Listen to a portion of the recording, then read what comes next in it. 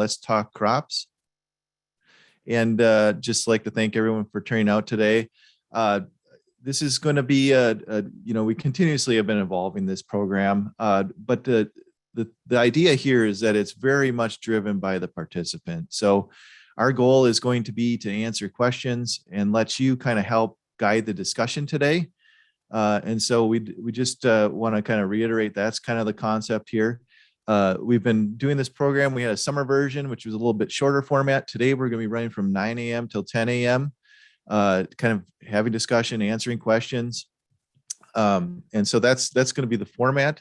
For our first session today, we're going to talk about nutrient management, in particular, nutrient management adjustments, given kind of the current scenario with prices and cost, as well as some of the abnormal growing conditions we experienced this past season. So there have been a lot of questions that have been developing from folks around adjusting their nutrient management strategies. And so to help guide that discussion and answer questions and talk about these things, we've got on two folks. Brad Carlson, he's a crops educator. He's on the nutrient management team and works in nutrient management and some of the water quality. And so he's very familiar with this subject area, as well as he's really been leading the effort with some of our nitrogen smart programming. And Brad, you may want to mention at some point here opportunities to take that in this winter, or where to find that information. We'll certainly put that in the chat box. We also have a fertility management specialist, Dan Kaiser, working in St. Paul. He gets around the whole state. He's been really involved with various nutrient management research, as well as kind of overseeing, Dan, what do you call it, the BMP stuff that we developed. So anyways, he's another good resource for us today. And so I just want to welcome them and also give a little bit of a shout out here to the Minnesota Soybean Research and Promotion Council for helping sponsor today's program. So thanks to that group for making these possible. I know they've been very supportive in the past. So with that, I'm Ryan Miller. I'm helping moderate the discussion this morning, a crops educator on the crops team. And with that, we will make mention, I guess, a couple of last things. If you want to enter questions in the Q&A box, there's a little icon down in the middle of your Zoom screen where you can type questions in. Also, if you're having any kind of technical difficulties or have other outside kind of questions, you can message us in the chat box, which is another function there. It's probably important to pull up that chat box because we will probably, over the course of this program, be posting some links and resources within that column that you can cut and paste out of there. So thanks again, everyone, for tuning in this morning. And with that, I'm going to bring Brad and Dan on and kind of just start the discussion off here. Morning, guys. Good morning. Good morning. So I guess maybe Dan and I didn't actually decide who was going to talk first, but I'll just kind of kick things off here regarding kind of where we have been at from our nutrient management group and our subject area today. We got a number of questions that are pretty wide ranging that we're going to try and talk about as we go along. But I guess in particular, the areas that were of biggest concern as we ended the 2021 growing season, as we head into 2022, of course, fertilizer prices are overarching pretty much the whole industry because it involves pretty much all types of fertilizer. But then in addition to that, those of us that are working a lot on the environmental side have been concerned with the historic trends where we tend to see nitrates go up in water, surface water, specifically following a drought year. And so this last year, while we didn't necessarily have a catastrophic drought with respect to crop production, yields tended to be fairly good. There were some places that were more affected than others. We did end the year with a pretty significant moisture deficit. And we know that historically, following these dry years, we will see nitrate numbers spike in surface waters. And that is an indication of residual nitrates in the soil profile. So the question with that is, and it's really is twofold, is can we keep those out of the water? Because not just simply from an environmental perspective, but if you just even want to look at it from an industry perspective, this is an issue we need to be dealing with regarding water quality. But then also, is there the ability now, particularly in light of high fertilizer prices, to actually capture and utilize that residual soil nitrate as part of our total fertility package going into the following year? I guess it's really kind of twofold, because historically, a lot of the carryover residual nitrate that we see is a result of mineralization of soil organic matter that typically our crops are maturing in the vicinity of Labor Day or thereabouts, give or take a week or two, depending on when the planting season is. And soil temperatures don't go cold until middle end of October. I think most farmers, at least those who engage in applying fall nitrogen, are aware that we recommend not putting on nitrogen until the soil temperature reaches 50 degrees, because that is the point at which we significantly slow microbiological activity in the soil and the conversion of nitrogen into nitrate. But that affects other biological processes too, such as mineralization, which is what we're kind of talking about. And so, that's sort of a normal process that happens every year, kind of regardless of what happens. But then in addition to that, there is likely some carryover unused nitrogen fertilizer from the previous year. That's a bit of a sticky question, because the majority of our crops are rotated between corn and soybeans. And so if there was residual nitrogen left from last year's corn crop, you're kind of counting on next year's soybeans to take that up, and they may or may not do that. Unfortunately, in the case of soybeans, because they kind of get a late start, they look pretty sickly and weak for the first month or so after they've been planted. We don't see a lot of deep root growth, and therefore we are kind of subject to losing a lot of that nitrate early in the growing season if we don't get a fast start from those soybeans. In the case of corn on corn, though, there absolutely is the possibility of taking a soil nitrate test and then crediting that. And we actually have those recommendations on our website on how to do that. So Brad, you're highlighting the fact that nitrogen is not a nutrient we want to quote unquote bank in the soil. It's not a real bankable nutrient because of how it cycles and how quick it cycles. So what kind of recommendations have you been giving folks if they're interested in trying to manage some of that residual nitrogen this year, given the current circumstance?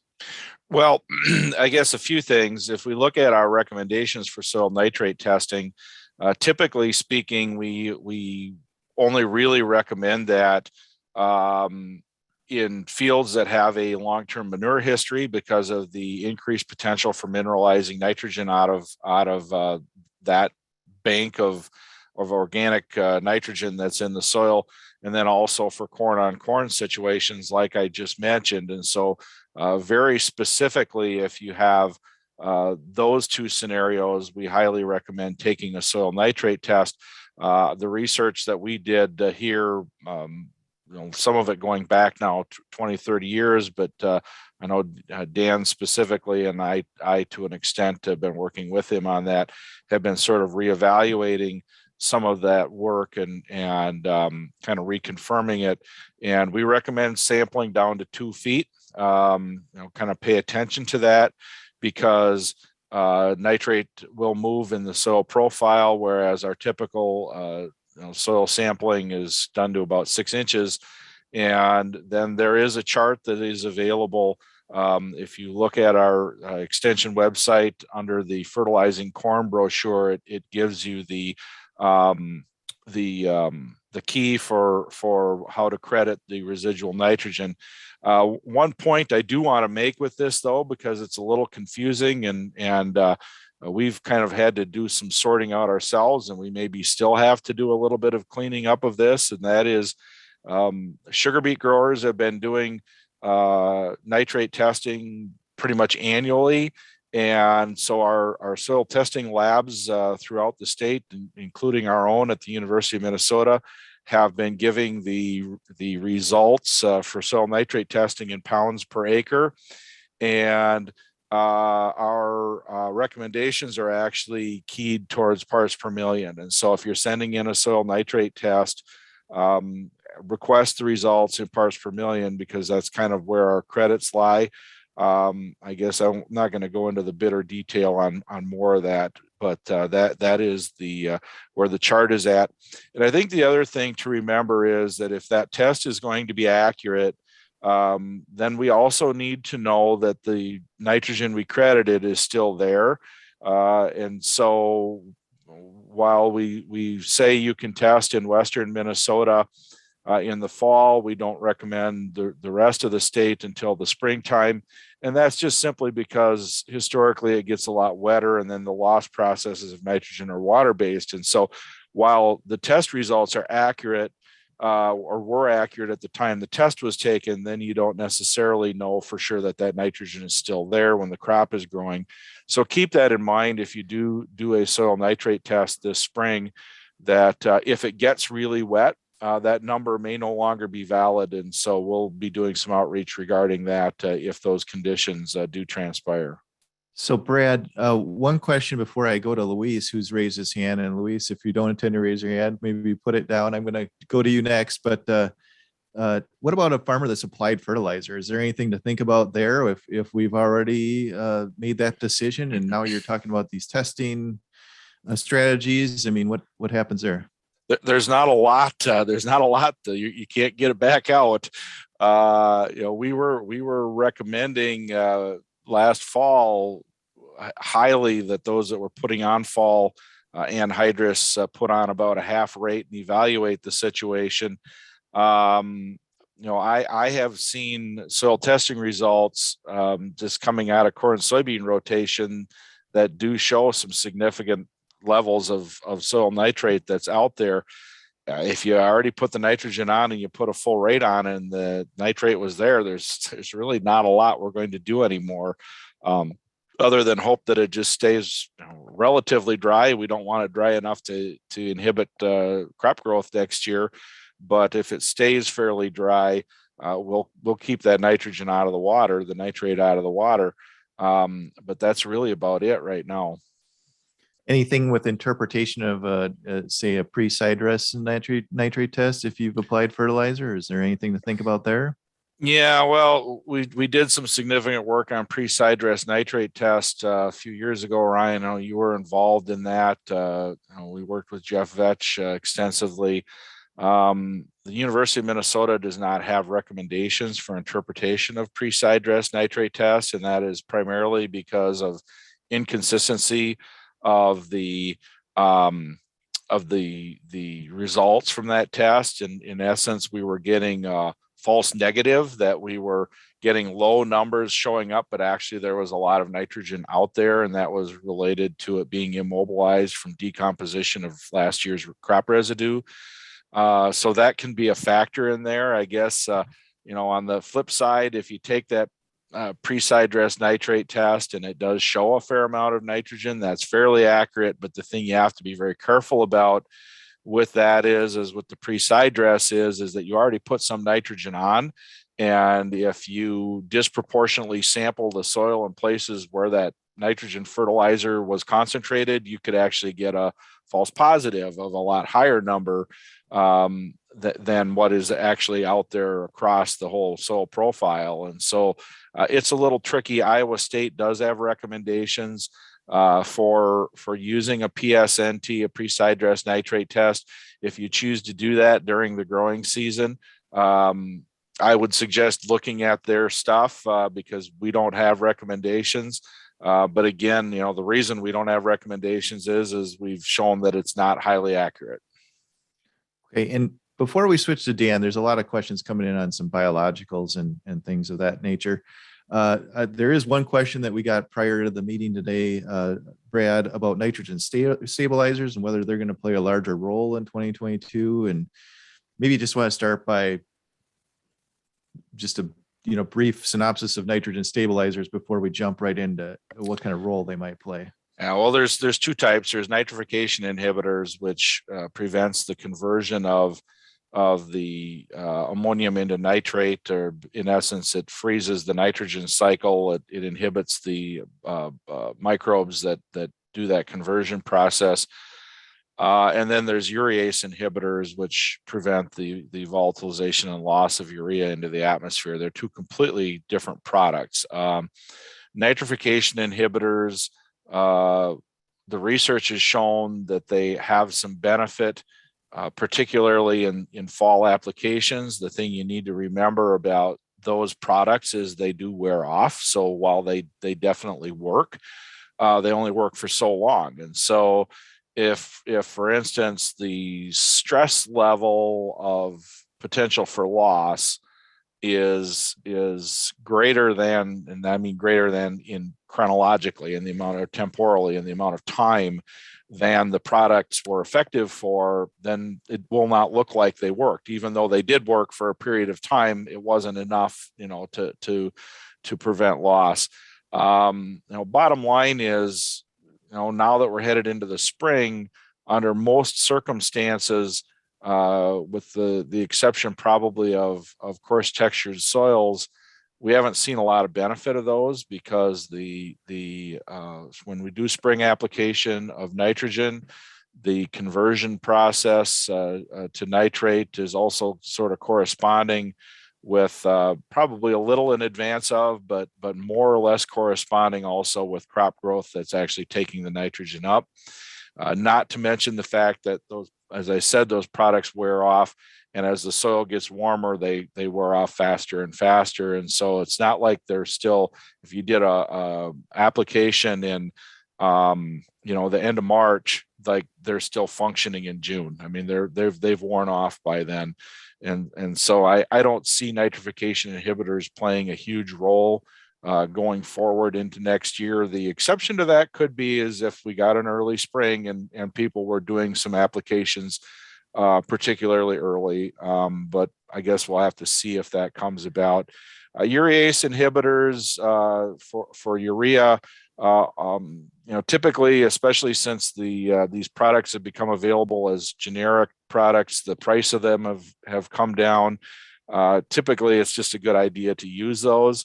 We used to talk about, if you got water to work the urea in, or if you did some incorporation, it wasn't necessary. What we're kind of finding is that if you had very low amounts of water, enough to dissolve the prills, but not to actually get them into the soil, or if you did really shallow incorporation, that actually the rates of nitrogen loss can be very significant. So even under those circumstances, the urease inhibitors are very beneficial. Unless you're banding or making sure that the placement is in the soil to begin with, I typically think that they're a fairly good investment. Yeah, and I'm a big proponent of the spring urea, and watching the price of urea, the risk calculus, it's kind of I don't know, like you said, you have some generic options that are pretty cheap. So yeah. All right. Well, let's move over to Dan. And Dan, we've had a number of questions around biological products. In particular, one that keeps kind of popping up here is the Pivot Bio product. And I'd, kind of curious to get your thoughts there on Pivot Bio, as well as we can have a broader discussion on some of the biological products that are available now on the market. Yeah, so that's one of my common questions is, have you heard of this product called Proven? And we have done some testing on it. So I shared my screen here. This is, hopefully you can see it. It's a poster that I put together for a meeting in November, where I have some of the data from six locations that we did with the Proven product. Going back to 2019, this is kind of this gray shaded area. This is the yield data. The red shaded area is, we're also looking at nitrogen uptake into the plant with and without the product. These studies were 8 nitrogen rates. So we didn't just do this, plus or minus. With that, we did the with and without the product over 8 nitrogen rates. They ranged from the sites. I kind of tried to tailor what nitrogen rate we're shooting for in terms of our optimal rate at our sites. So The only site out of the 6 that we had where we had a positive response is this 2020 site here at Waseca, where if you look at particularly the suboptimal N rates, we had a significant yield difference where the product yielded more. We were looking at roughly around 9 bushels to the acre, higher average yield. The thing about these products, though, with any of them, though, is that you do hit a maximum point. And in this particular case, when we hit around 200 pounds AN, essentially, then they didn't yield any differently. So you're not going to get any more yield out of these products once you hit the maximum N rate response. And in this case, it seemed like the product was supplying 20 to 30 pounds. In the rest of the cases you looked at, I tried to follow up at Waseca in 2021. If you look at the data, just exactly on top of each other. So that's what I don't know right now. We also had some tests in sugar beet. That was, I know Harmon had a question if we tested any other products. This Bio Red and Bio Mate was another product that came up from the Southeast. The company was selling that. We tested that in sugar beet and we saw no significant yield differences with that particular product as well. So these things I think are going to be, for me, hit or miss. I mean, they aren't going to be guaranteed. You talk about the company, looking at, much higher guarantees in terms of these things working. And for me, it was 1 out of 6. And, I think about this a little bit. I could do this same study 60 more times and never see it again. And this is kind of one of the things we see with some of the product testing work. So, while I can't say that it doesn't work, there may be some specific conditions that I'll have to line up where XYZ lines up perfectly for these things to work. And I think one of the challenges with these biological products is that it's not like a rhizobium where you're inoculating soybean, where then that rhizobium is colonizing the soybean root. These things live in the soil around the corn roots.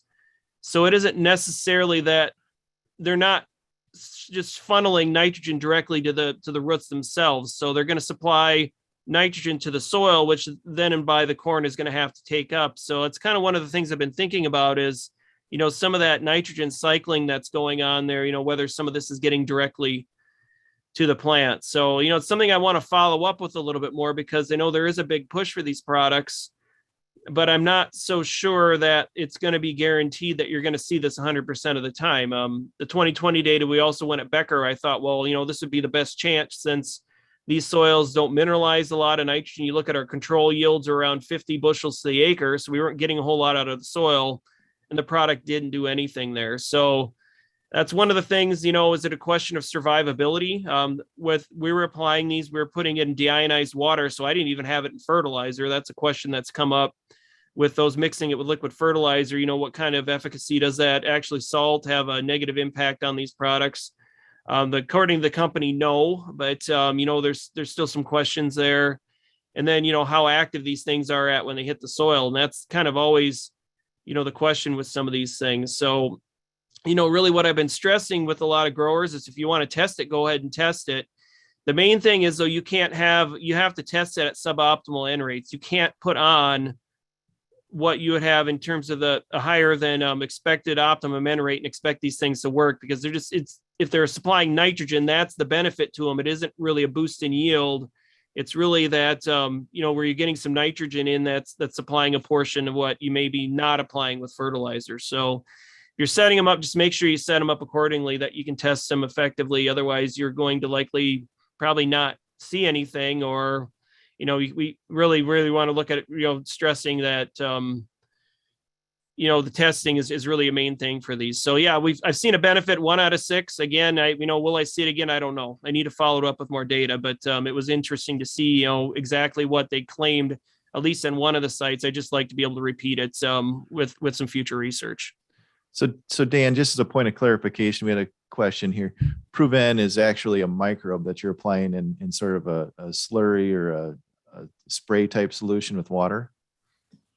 So it's actually going in furrow. So we're applying it. We're applying it with the planter right directly on the seed. So we're not spraying it on. I mean, it's got to go in and around the roots because that's what it's doing. Is it's colonizing the roots is what it's doing. So what the product and what the company did with this particular product is there's been a lot of advancements in some of the genetic sequencing. So what they did is they're isolating what was already growing around corn roots, then trying to make it better.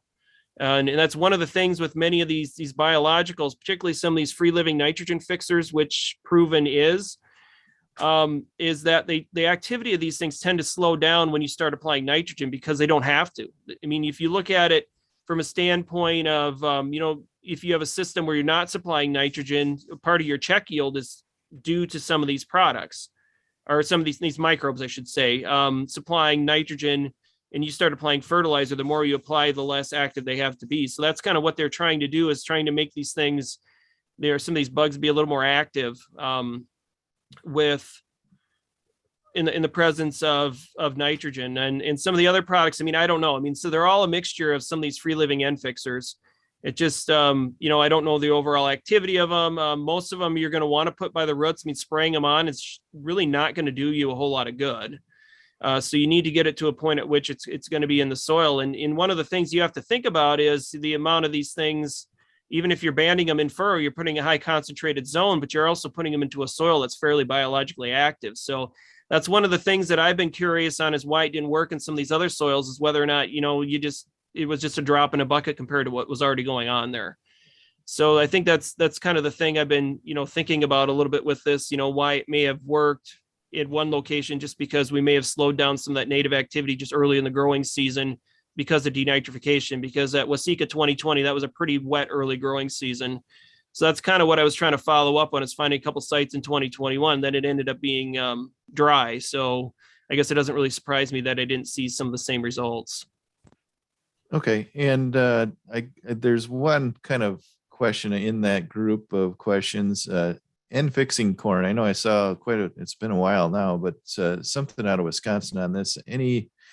Anything you want to make mention of there, or anyone familiar with it? Yeah, I'm not as much. I mean, the only thing that concerns me a little bit is, yield wise and stuff. Will the stuff yield the same? But I know I've heard some people talking about it, and that would be the end goal, to get to a situation where you could have something that could supply all the nitrogen. But even with any of these products right now, you're not going to be able to supply the total load of nitrogen. It's just not going to happen. I mean, we need too much for corn production. It might supply a portion. And where I think these things would come into play is, possibly reducing the need for a side dress application. And that's kind of what we probably did at Waseca. And that's that's kind of where I look at it. I mean, it's going to supply a small portion. It's not going to supply it all. So, until we get to a situation where we might have nitrogen fixing corn or something like that, which has been talking about, I know, since I've been in school, well before that. And we're still not there. These things, they could be part of your total nitrogen program, maybe, but I don't think the probability is going to be high just based on the data I've seen. The big problem with the concept of nitrogen fixing corn is, and I think most farmers are aware of this, if you take a crop, a legume like soybeans, and you supply nitrogen, they will actually use the nitrogen that you give them instead of fixing it. So if corn, just translating it to corn, if corn was able to fix nitrogen, it would literally have to fix everything it needs. Otherwise, if it didn't, you would be supplying it. And once you start supplying it, it's just going to fix less, and so in the end, it's going to be it's an all or nothing, unless they figure out a way to genetically override that tendency to stop fixation when there's nitrogen available in the soil. Well, Shane had a good comment, because if you look at N fixation, it's not free to the plant. I mean, the soybean plant is supplying energy to the microbes that in turn are supplying nitrogen. So there's likely going to be some impact on the corn, particularly maybe a reduction in yield or something, because some of the energy that they're producing that might go into yield would have to go into feeding some of those microbes. So with these free livers, I mean, that what they're doing is they're feeding off some of the root exudates that are already there. But one of the questions I've had is kind of what I pointed out before, is do we know how that nitrogen is cycling? Because essentially it has to go through the soil first, then to the roots. So is it going to get directly to the corn? I don't know. I mean, did the stuff even colonize? I haven't seen any of the data that we did some root digs for a couple of years just to see if any of those microbes actually survived. And that's kind of a question on its own as well that I haven't seen the data to answer. So Dan, we've had questions about some specific products. So Centuro, Source, and Vita. And in your general sense is that these are all, like you said, mixes of the N fixers, or I already typed in an answer to the Centuro. That's a nitrification inhibitor. That product, Jeff Vetch worked on that a lot at Waseca. That product works well, but last fall, when I was doing some calling around to dealers, I found that at least none of the dealers I talked to in southern Minnesota were using that product. The reason being they were having issues with handling of it because of the physical properties of it. So, I mean, the product works fine, I guess, if you can find it. Okay. All right. Okay. With that, I guess there's one last biological. It's kind of a combo question here in the box, Dan, about biological seed treatments or foliar treatments. And I don't know if they're qualified in biological foliar treatments or foliar treatments of other nutrients, maybe micronutrients. And we also have some questions about micronutrients and their importance that came in prior to the show here today. Well, what I see with the biologicals, I mean, you talk about foliar application. I mean, most of these are soil-borne bacteria. So I'm not exactly sure, with foliar application, what that would do other than if you sprayed it on the soil and it increased or it just colonized or you had some colonization of the soil. I mean, to me, it makes more sense with an in-furrow application if you have that available to get it near the roots. So I think that's going to be kind of the thing with it. I just don't see them being, there are some products with the biostimulants that are marketed for, foliar application. It's completely different than these nitrogen fixing bacteria. Because there are some products out there that are supposed to help with disease suppression and those types of things, but those are different classes of products. And I did test one of them on beets a couple of years ago when we did that Bio-Red Biomate. And actually, we put it in furrow, though, and that was a chitosan product, which I think you could do a foliar application or in furrow, and it really didn't do a whole lot or didn't really do anything. Once we kind of looked at yield wise, there really wasn't any difference in yield. So, I mean, there's these things out there. The question to me on a lot of these products, it gets with any of these specialty products, is the concentration needed to have an effect. And a lot of times, I think you probably could get it to have effect if you put a high enough level on, but the degree that a grower is willing to pay for some of these things, the marketing gets involved.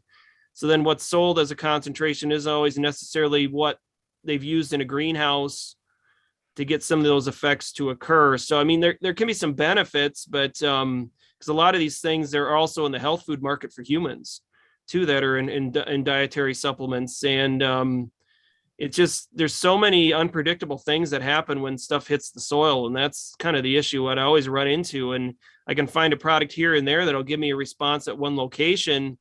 But, until I see it consistently responding at, at least half my sites, it's really hard to say that anything that I would approve or recommend using consistently to growers out there, particularly like these products, like some of these biologicals that are marketed, seem to be marketed somewhat based on how much nitrogen they replace. So you're essentially paying quite a bit of money for some of these things that they have then they may not necessarily have the desired effect. So that's just one of the things kind of with these, that it's just hit or miss. So do some testing if you really want to do some testing, but going whole scale, I don't think it's going to be consistent enough where you're going to see it on all your acres.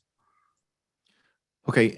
We're going to kind of stay on that micronutrient vein there, Dan, and we're going to address two last things before we move over to a different topic. The first one, boron. And then I'll kind of follow up with this age-old question that seems to always kind of linger around, is this whole calcium, magnesium discussion that is kind of continues. And so maybe we can answer some questions related to that or just address that topic real briefly here. So first, boron and any need for boron in heavy clay soils was a specific question that came in. So there was also a question on tissue testing, and that's one of the things that I've seen more often than not is a lot of low boron tissue reports coming back from corn. And like last year, it wouldn't surprise me at all, because we know if you look at boron uptake and the release of boron from soils, it's tied to soil moisture.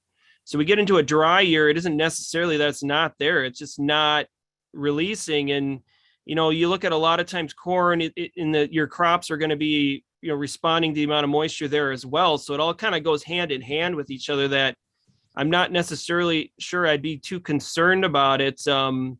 Just from the standpoint that it should be there, then B, I really get more concerned about beans over applying, because I know some growers I've seen some pictures. That was actually dry beans. It was red kidneys that had boron toxicity symptoms on it to the half of the field where it had boron applied to it. So you have to be kind of careful with that one, just based on a more harm than good scenario sometimes with it. I've looked at it, and the numbers, we did a number of strip trials. I had 18 of them over a period of 3 years, and that was in corn, and we just didn't see anything consistent other than possibly in some very sandy irrigated situations where we had very low organic matter, less than 1%, and the boron soil tests were, I can't remember what they were really low. So there may have been some benefit there for it, but you get into more of these mineral soils, and the organic matter release should do it. Maybe some eroded spots, but still, it's something that corn should be more sensitive to. Beets, sugar beets in particular, should be more sensitive to it. But I haven't been able to track consistent enough yield increases with boron where I'd be too terribly concerned about it. The other question you had is on magnesium, and really, once it's there, I mean, magnesium and calcium and potassium, I mean, we know there's a relationship between those three in terms of uptake. And when you get into the soil, all of them are cations. They're all divalent, except for potassium, which is monovalent.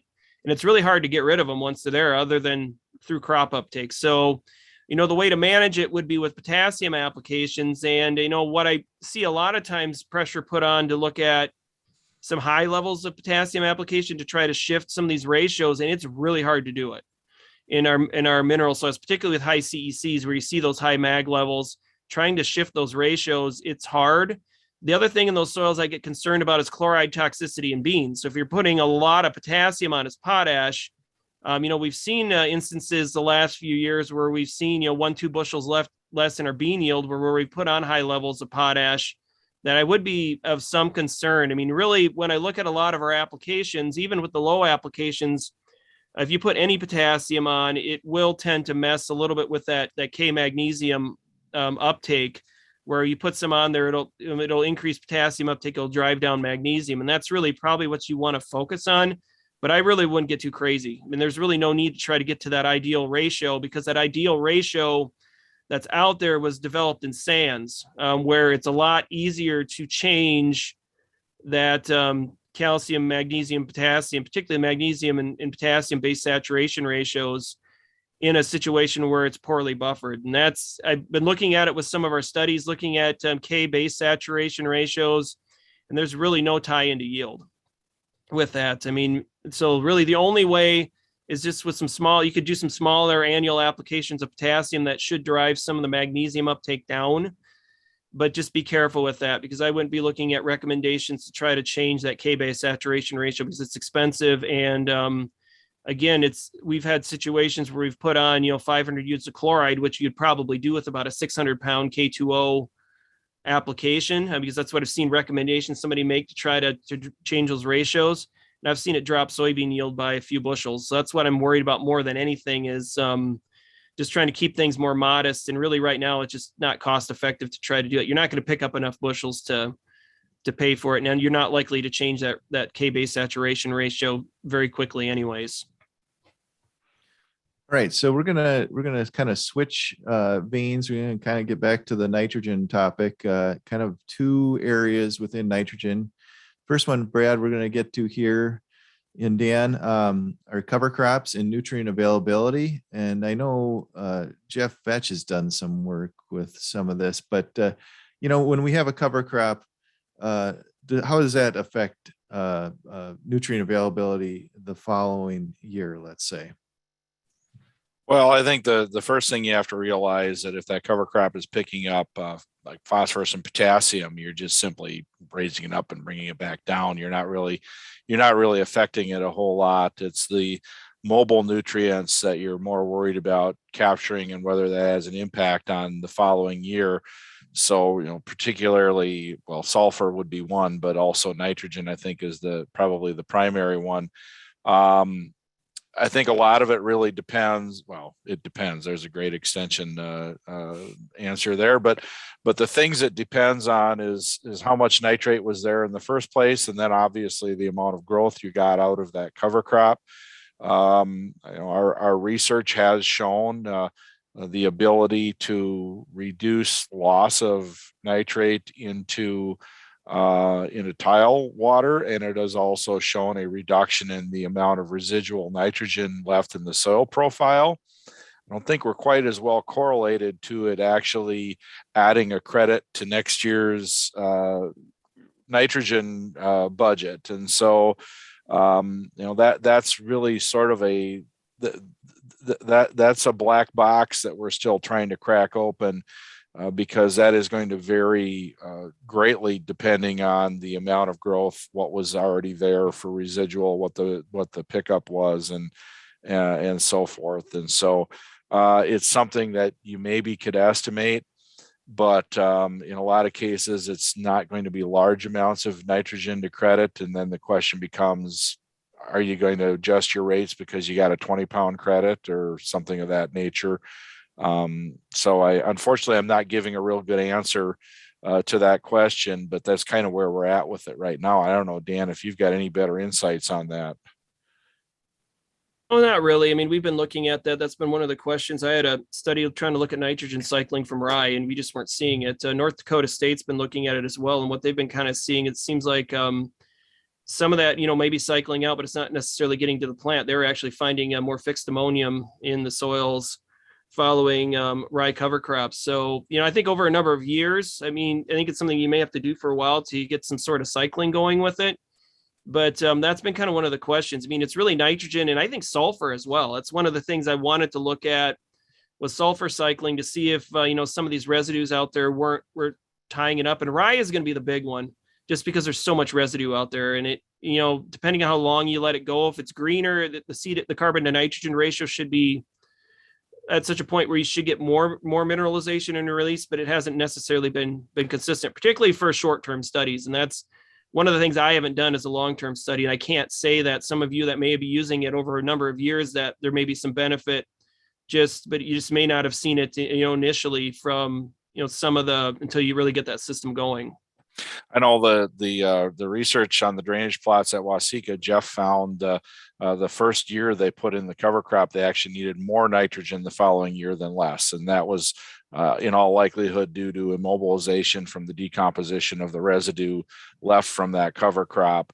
The nitrogen was there, but it got tied up and wasn't available for the plant. And in fact, it even robbed the soil of some nitrogen in the process. And so that's a very complicated topic, and hopefully at some point we're able to come up with better recommendations on how to handle that. And ultimately, like Dan said, though, if we're building soil organic matter, that will have a positive impact, on that overall package. But right now we don't have different nitrogen recommendations based on your soil organic matter either. So like at Waseca, where those drainage plots are, we've got 6% soil organic matter, and we've actually seen the need for higher rates of nitrogen there than in a lot of other places. And a lot of it's probably because of the soil texture is leading to loss of nitrogen, probably through denitrification.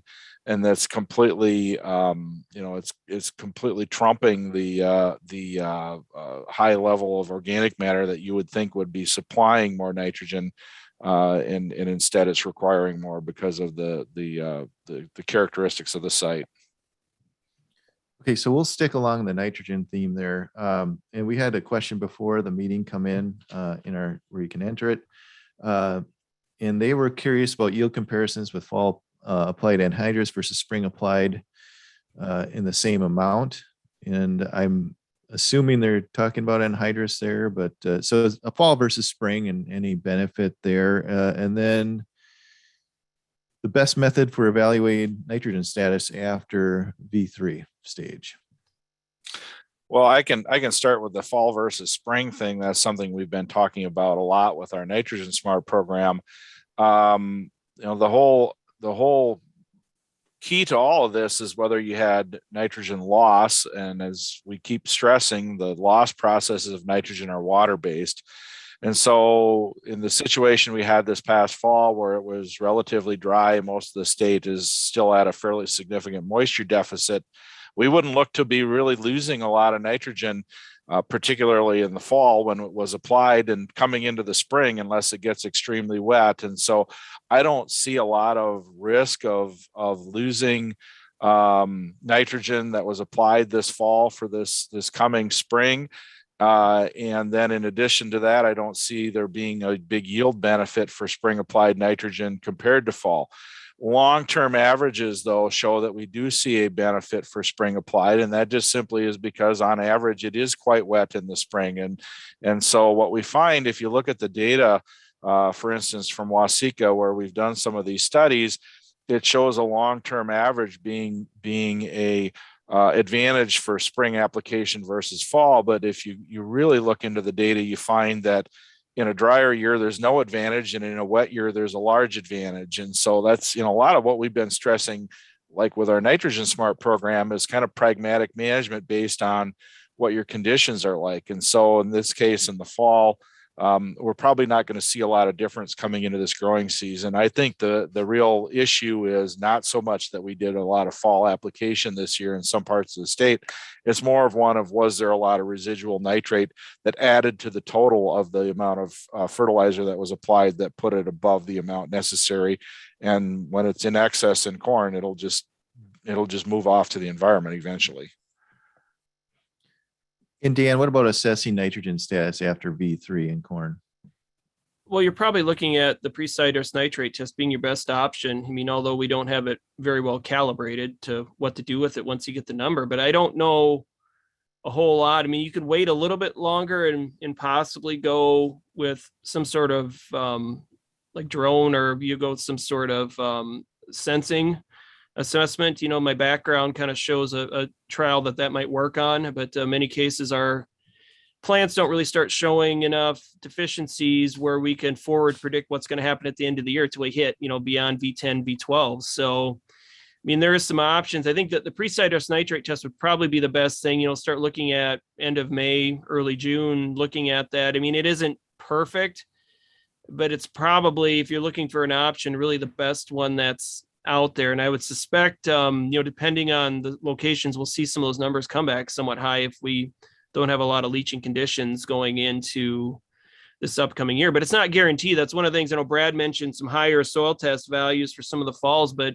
there is a pretty wide range. And when I looked at some of the data that came from some of the soil test labs, the ones that tended to be not as high were corn or the soybean ground going to corn. I mean, there didn't seem to be a lot of residual in that. It was the ones like corn situations or anything following wheat where nitrogen was applied, where there's some may have carried over. So that's one of the things that it's not going to be a given. If you want to wait till V3 though, the Preside nitrate test might be your best option. So one thing I was going to mention earlier, that while our recommendations say you don't necessarily need to or want to do a spring soil nitrate test following soybeans, you can. I mean, if it's the odds are it's not going to show much, but it might. And if it's there, it's there. You can credit that. Well, not if you've got fertilizer applied though, because you won't know. Right. Correct. It's not calibrated. If you already applied fertilizer, then it's not calibrated for that. Yeah. So for the grower that wants to use the Preside nitrate test, what are some of the best practices, the quick and dirty? If I want to get a better number, if we had to establish some practices, what would you recommend? Well, I know that the Iowa State recommendations are a 1 foot sample. I know the research project we did showed that at times there were significant amounts of nitrate between 1 and 2 feet. That's really going to depend on how wet it is. And so I guess that's something to be cognizant of. They established a critical value. I think, if Ryan, I remember right, it was 24 parts per million. But that was for 1 foot. And so if you separate 0 to 1 and 1 to 2, you can still look at that 1 foot. If you combine them both, then your number is going to need to be a lot lower than 24, because you're diluting it with that lower in the profile soil that's just not going to have as high of a concentration. So there's that aspect of it. I guess the only other thing, like I said earlier, is because you will have already applied some fertilizer, is you need to make sure that where you sample is representative of the total width, between the rows, as well as be cognizant of what you applied for fertilizer and when. If you applied something pre-plant, you're probably fine if you're already to the first week of June. It's in all likelihood, it's going to all be nitrate, but remember that the nitrate test only picks up nitrate. And so if you, for instance, didn't apply fertilizer and you planted and then came back and top dressed some urea, if you're timing that soon after you did that application, it may not necessarily all be nitrate. You might not be picking it up and so forth. And that's one of the reasons why it's just not well calibrated.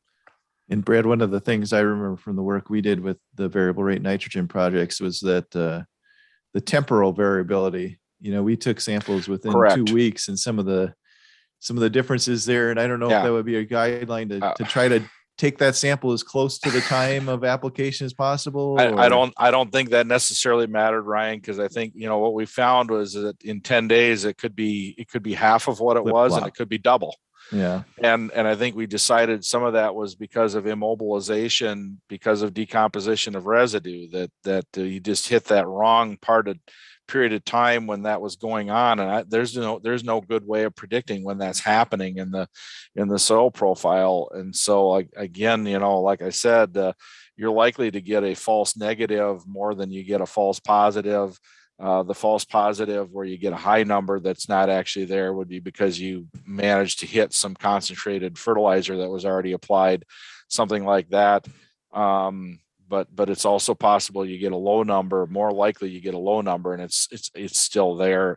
We're not probably really wanting to recommend like a total Keldol nitrogen test or something. I mean, we talk about not being calibrated. That's something we've just not calibrated for this purpose. And so what I'm hearing, Brad, is maybe the timing isn't as important, but maybe getting a good representative sample if you want to try to, don't go just take one soil sample and send it in for an analysis. Maybe make a composite sample would be the thing to recommend. It is, and I know that there was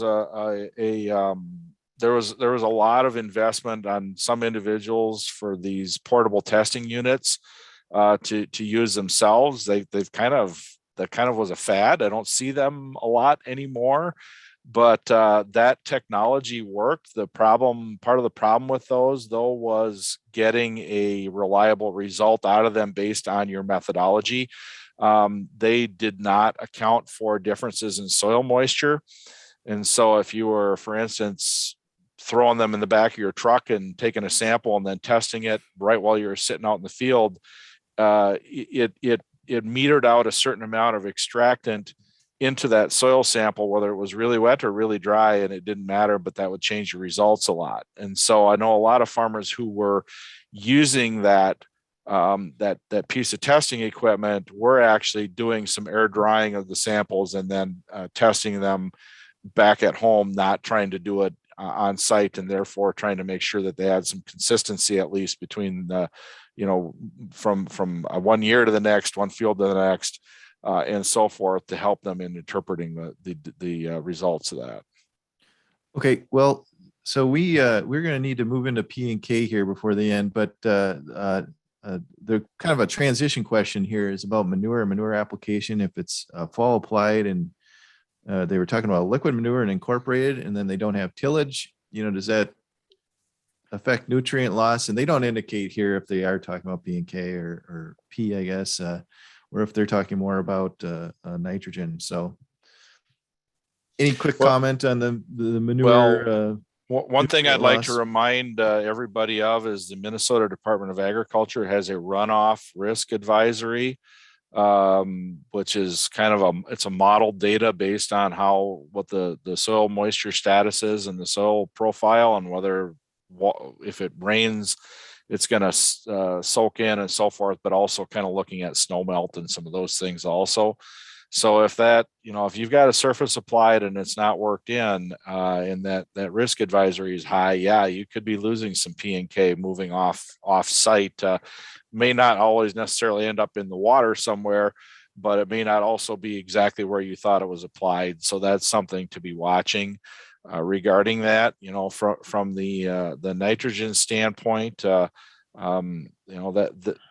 we need to be concerned about the amount of ammonia that's in that manure. And if you laid it on the surface, a lot of that's just going to evaporate into the air.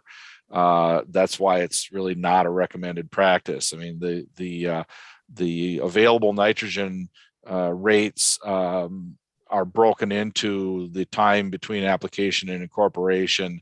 And so that's something to kind of pay attention to. And I know, Dan, you've been talking a lot about some of this stuff, primarily because there's been a lot of questions raised related to some of our environmental issues. Well, I mean, certainly should have estimates out there for fall application, depending on, if was it sweep injected where you didn't have incorporation behind it, or you just have where the soil kind of covered over top of it. There should be some estimates, at least for nitrogen availability. I know Melissa Wilson's been working on some of that, but I know certainly as Brad mentioned, if you look at nitrification, we know that does slow down. It doesn't necessarily completely stop when the soils get cold, but it does slow down quite a bit. Volatility there does not. I mean, so volatilization can happen after that. And so that stuff should be factored in if we do have estimates of, first year availability based on different practices. So that's some of the stuff that I'd turn over to Melissa. If you have any questions, just talk to her. Okay, and thanks for that, Dan. Before we kind of move over to the P and K, though, we had a couple of questions. Brad, you kind of addressed the nitrate sampling, edge of field nitrate sampling or testing that people have had mixed results with. But we do have another sensor question on soil optics, Dan. I know we kind of chatted a little bit about this yesterday, but when we were in Waseca, did you want to make mention of any of these soil sensors for determining nutrient status? And I thought you maybe had some insight there. I really haven't tested them. I mean, I was looking at it a little bit last night to see what it was. I mean, if you can calibrate it to crop response, it should work. And that's kind of the main thing. It just has to be calibrated to crop response, whatever it is, for it to be effective. So if you're looking at P and K, I mean, you look at the number and you really need to look at it in situations where you are applying and not applying the nutrient to make sure you've got an apples to oranges comparison. But if that data is there, I mean, it should be like any other soil test. Okay. I think the part of the problem with some of these technologies is soil nitrate is not an easy thing to just simply measure. There's some complicated reasons for that. So in a lot of cases, they're looking at other things and then trying to correlate them to the amount of nitrate available, whether they're trying to estimate organic matter or cation exchange capacity or electroconductivity or other things. Then the problem becomes, are they well calibrated for that purpose? And so that's something I'm not easily able to answer. Okay. Maybe a topic for a different time. So we got to move into P and K here real quick. I know we're nearing the end of our program here today. But Dan, do you want to address a little bit about P and K? I mean, there's questions about band versus broadcast. Question whether you can band AMS with your P and K in fall. And then there's some other questions about, kind of that same concept as nitrogen, the maximum return to P or K, and any work that might be going on there as far as, using that concept for those. So I'll start with banding. I mean, we're looking at that right now to look at that efficiency to see kind of what's there. I mean, obviously that would be an option if you can, particularly for those with lower testing soils. If you're dealing with medium to high testing soils, really the efficiency really isn't there. I mean, we're looking at it, it's almost 1-to-1 on that. It's really more efficient when you get into low testing soils.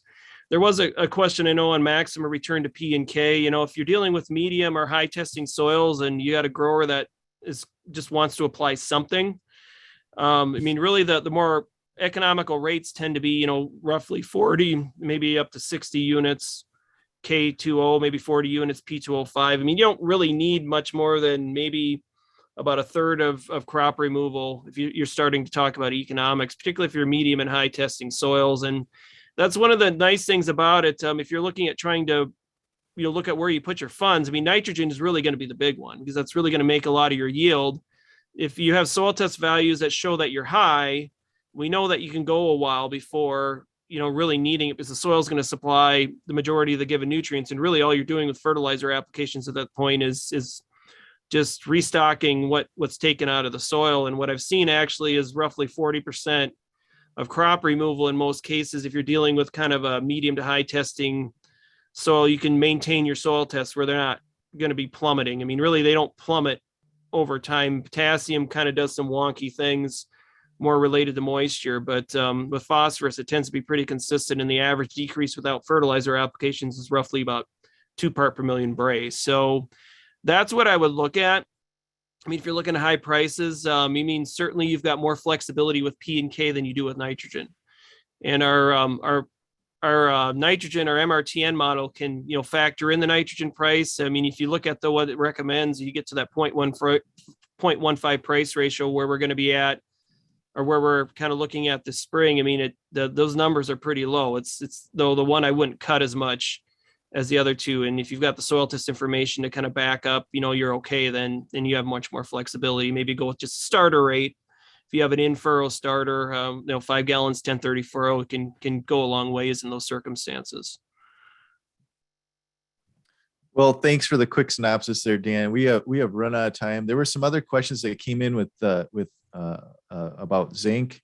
Maybe we'll add that to the session that I and Jeff Betch are doing on sulfur. And I did paste into the chat there a link to the list of all of our sessions and the date they're going to be occurring. So for you folks that did have some questions regarding zinc, we'll try to add it into the sulfur day that's later in the season here. And so go to that link to take a look at that. Also, then you can take a look at all the other episodes that will be coming, all the different topics that we'll be covering. I think today worked well. We clearly had way too many questions start flying in here at the end, but it worked good. I like the discussion. And so look forward to having more of these throughout the season. We run through March every Wednesday, 9 till 10 a.m. So make sure you set it on your calendar and take some time to tune in. And again, thanks to our sponsor, the Minnesota Soybean Research and Promotion Council. Really appreciate some of the support they've been giving us. When you log out, there is going to be a very short 3-question survey. Please take some time to answer those. It's much appreciated to help us report against some of the things that we're doing. So thanks everybody. And with that, we're gonna call it end of the meeting, and we'll see you again next week.